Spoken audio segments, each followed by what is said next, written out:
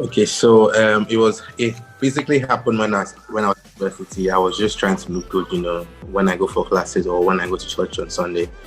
So it was never intended for it to become a business. It was basically just, my love and passion just to look good and to have like good quality shoes. So the shoes are available via online and boutique stores. I mean, they were a bit everywhere. Then also they had the problem of, they don't need an extra touch. Maybe, take off the laces of one, change the material of this. I said, oh, how about I just make mine? So when I first started it, I made 5 pairs for myself, in the sense of to make myself look good. So when people asked me, oh, where did I get it from? I usually would tell them, oh, it was a gift, just because the whole idea of me creating my own shoes was for it not to, to become common. So eventually I realized that I should turn into a business, and which I did.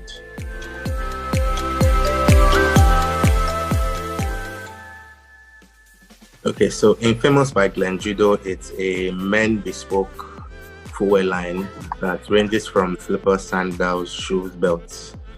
So now, the unique point of Infamous is because it gives you a lot, because like I said, for me, I started Infamous because I wanted to have a wide variety of options, when I was going to pick out my shoes. So now Infamous dwells on that. So for Infamous now, you make what you want, because we have a wide range of products. And for each product, you can customize it in the size, in the material you want, and also in the color. Also, Infamous dwells on a unique fast delivery time. When you order for shoes, you get them in really good speed. It also dwells in convenience because all our services ensure doorstep delivery anywhere in the world. So if you order, you don't have to stress of, or going to go and pick up at the motor park or anything. Come right to your doorstep. And finally, we specialize in people that have special needs for their feet.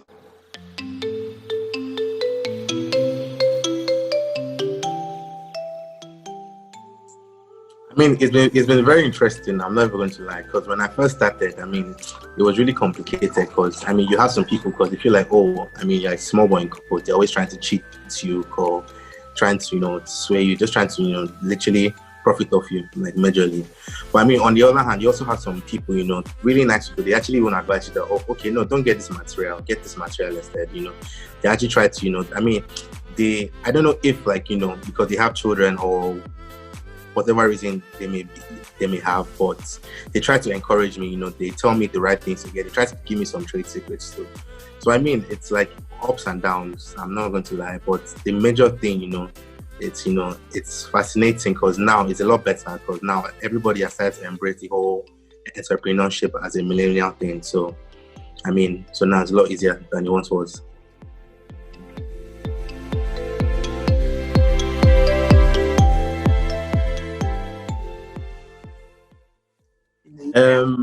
So I think it's really important. I feel like it's one of the most important things, because the educational system in Nigeria should even dwell on that, especially because I feel like the things we learned from school or the things we are learning right now are going to become obsolete very, very soon.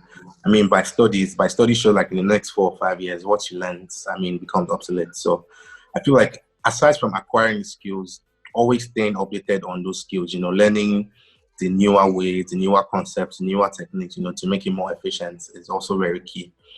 Then also, as a millennial, you should be innovative, with your skill. You shouldn't just, stick, okay, because this is the traditional way of doing it, I'm going to stick to that way. You should also learn to be innovative and, try to take charge of the issue beforehand.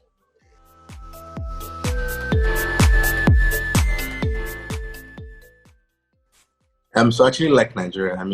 Yes, there are a lot of reasons why, truly, someone, have the opportunity to say I like Nigeria. But I like Nigeria. I'm not going to lie. So aside from my love for Nigeria, I've always, wanted to do my own thing. And I feel like in Nigeria, there's actually a lot of ease of doing business. Yes, you know how in Nigeria, I can just wake up on money, start selling things. I'll just go to CAC, I register, no hassle.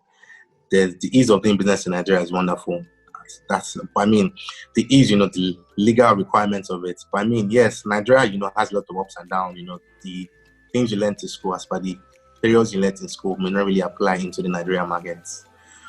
But I'm not against people traveling abroad, I mean, do what works for you, really. I mean, you should not, I mean, like, whatever works for you, that's what you should do.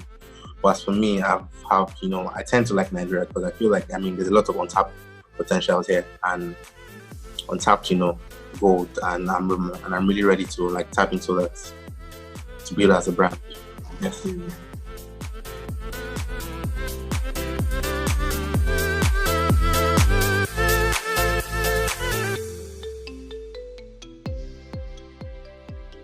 So like I said, educational system. I mean, like, I'm aware that some schools now are now teaching entrepreneurship and all that, but I feel like, this should actually start from, the rules, like from primary, secondary schools also teaching that, because the truth about it is that the better man is a man who can think differently, is a man who can think, innovatively. And this thinking of a thing is something that is developed from time to time.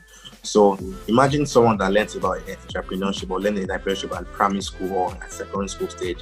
When he gets to university, I mean, his mind is already alert.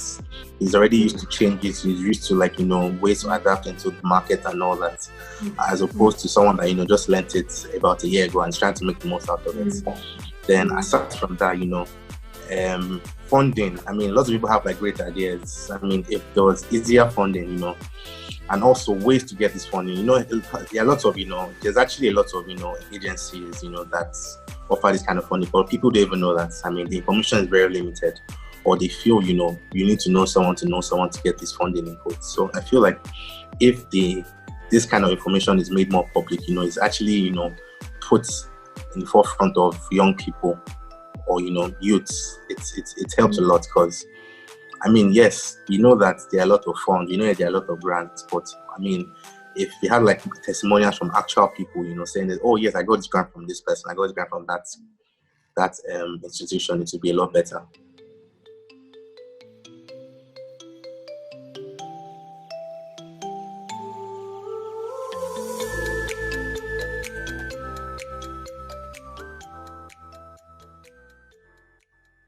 So firstly, I would like to advise everyone to avoid noise. Now, what is noise? I feel like noise is basically things. For example, now, I as a business owner, I have competitors, right? So now, noise is basically focusing on my competitors and leaving what I should be doing. So now, it's very easy, to feel that you're not doing enough, to feel down about your business, to feel like, oh, I'm not, having enough market share, my business is not doing good. But how? I mean, what criteria are you banking? Are you banking on what you're seeing from your competitors? A lot of entrepreneurs, they feel really bad about themselves because they feel like their competitors are actually doing good. But you'll be surprised that these competitors, in quotes, are even looking up to you and doing the same thing. So, I mean, I've realized that, as an entrepreneur, you should always stay focused. I mean, if you have a goal, set goals, try to achieve it. Don't feel like, oh, because, goals are becoming slower than, or they're not being achieved as fast as you wanted them to, that you're not doing well enough. As long as you're moving forward day by day, you're doing great. Then also, I would advise you to be innovative, because like I said, the things you learned years ago, they are becoming obsolete. So it would be a shame, for you to not move along with the wave tide, and you feel like, oh, because the world is actually changing, and it's actually not to wait for anybody. And thirdly, I feel like you should also, give to your nation, give to your society. It's not always about, oh, what can Nigeria do for me? Sometimes it's about, what can I do for Nigeria? I mean, you can do it in the littlest ways. You can do, okay, you can just pick up, okay, let me see. I'm going to, offer internship, to people around, to children around, to students around, so that when there are holidays or breaks, they can make some extra cash. I mean, it doesn't have to be so elaborate, anything. Just, because how a lot of people try to now make, the whole giving to my nation a really big deal. They even leave, the core of their business and start chasing that. I mean, it shouldn't be, it should be something of a shared value. For example, now, if I offer internships, to people around me, what do I gain? I gain more people knowing about my business. I also gain, I have more workforce. I have a stronger labor force. Also, what am I giving? I'm giving, I'm giving a reason for people, I'm giving people a sense of purpose, So, it's a win-win. It's a shared value kind of thing. So, so I feel like it's not always about what your nation can do for you, but what it wants to do for your nation.